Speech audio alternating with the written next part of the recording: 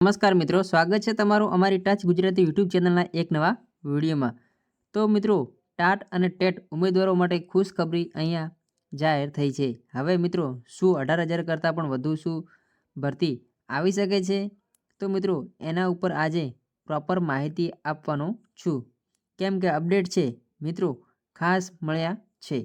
પ્રાથમિક શિક્ષકો માટે પણ અપડેટ છે, એ ખુશખબરી છે જે આવી છે, તો ખાસ વિડીયો અંત સુધી નિહાળશો।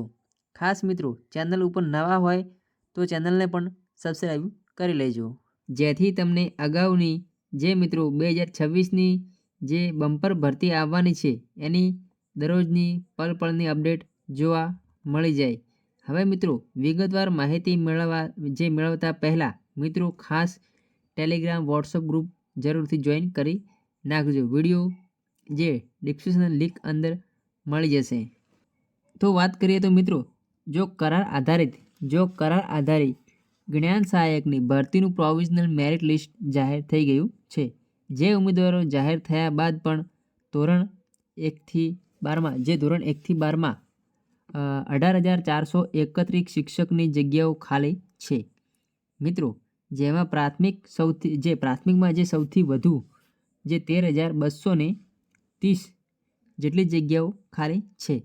તમે જોઈ શકો છો મિત્રો, એ છે પ્રોવિઝનલ લિસ્ટ જાહેર થયા પછી। તો મિત્રો વિચાર કરો, તમે જ્ઞાન સહાયકની આટલી મોટી ભરતી થતી હોય તો છતાં પણ જો આટલી જગ્યાઓ ખાલી રહેતી હોય તો તમે વિચારી શકો છો કે 2026માં સારી એવી ભરતી આવી શકે છે। અને તમામ મિત્રો જે ટેટ અને ટાટ પાસ ઉમેદવારો માટે અપડેટ છે મિત્રો, જે અપડેટ મળી આવ્યા છે, તમે જોવા મળી રહ્યું છે કે 18,000 કરતી વધુ જગ્યાઓ વધુ ખાલી છે। તો મિત્રો આ જે અપડેટ છે મિત્રો આજના રોજ જોવા મળી રહ્યા છે। હવે જેમાં રાજ્યની સરકાર અને ગ્રાન્ટેડ પ્રાથમિક, માધ્યમિક અને ઉચ્ચતર માધ્યમિક શાળાઓમાં 18,434 જેટલા શિક્ષકોની જગ્યાઓ ખાલી પડી છે।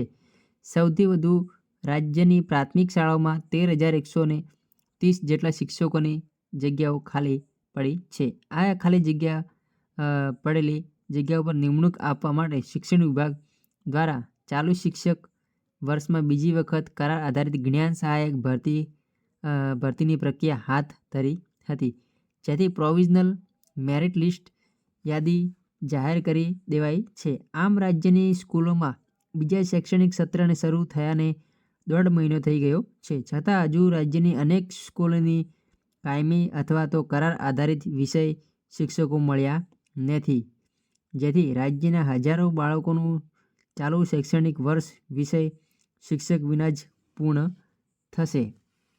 શિક્ષણ વિભાગ દ્વારા સરકારી અને ગ્રાન્ટેડ શાળાઓમાં જ્યાં વિષય શિક્ષકોની ખાલી જગ્યા પડી હોય જ્યાં સુધી કાયમી શિક્ષકોની ભરતી કરવામાં ન આવે ત્યાં સુધી છેલ્લા ઘણા વર્ષોથી કરાર આધારિત શિક્ષકોની નિમણૂક કરવામાં આવે છે। અત્યાર સુધીમાં આ શિક્ષકોને પ્રવાસી શિક્ષકો તરીકે ઓળખવામાં આવતા હતા। તે જિલ્લા કક્ષાએ ડીઈઓ અને ડીપીઈઓ કચેરી દ્વારા તેમની નિમણૂક આપવામાં આવતી હતી।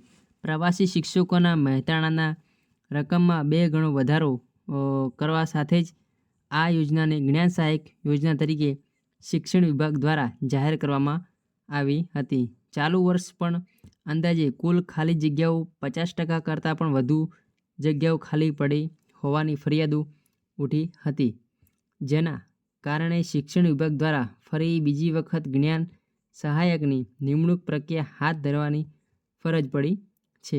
જો કે સરકારી ગ્રાન્ટેડ પ્રાથમિક અને માધ્યમિક અને ઉચ્ચતર માધ્યમિક શાળાઓમાં 18,000 કરતાં વધુ પણ જગ્યાઓ ખાલી પડી છે। સૌથી વધુ પ્રાથમિક શાળાઓમાં ગુજરાતી માધ્યમમાં ધોરણ 1થી 5માં જે 9,235 અને ધોરણ 6થી 8માં 2,613 તેમજ અંગ્રેજી માધ્યમમાં ધોરણ 1થી 5માં 465 અને ધોરણ 6થી 8માં 114 અને હિન્દી માધ્યમ ધોરણ 1થી 5માં 610 અને ધોરણ 6થી 8માં 193 જગ્યાઓ ખાલી પડી છે। આવી જ રીતે સરકારી માધ્યમિક શાળાઓમાં જે 368 અને ગ્રાન્ટેડમાં 1401 ખાલી જે જગ્યા પડી છે અને ઉચ્ચતર માધ્યમિક સરકારીમાં 531 અને ગ્રાન્ટેડમાં 2901 જગ્યા ખાલી પડેલી છે, જે ખાલી જગ્યા ખાલી છે. તો ટ્રાયબલમાં 254 જેટલી જગ્યાઓ ખાલી પડી છે. તો મિત્રો જે ધોરણ 1થી 12માં જે 18,431 શિક્ષકોની જગ્યાઓ ખાલી પ્રાથમિકમાં સૌથી વધુ 13,230 આટલી મોટી જગ્યાઓ છે. તો સમગ્ર માહિતી તમને સારી લાગી હોય તો વિડીયોને એક લાઇક અને ચેનલને સબસ્ક્રાઈબ કરવાનું ના ભૂલશો. ફરી મળીશું એક નવા વિડીયો સાથે. જય હિન્દ, જય ભારત, જય વંદે માતરમ.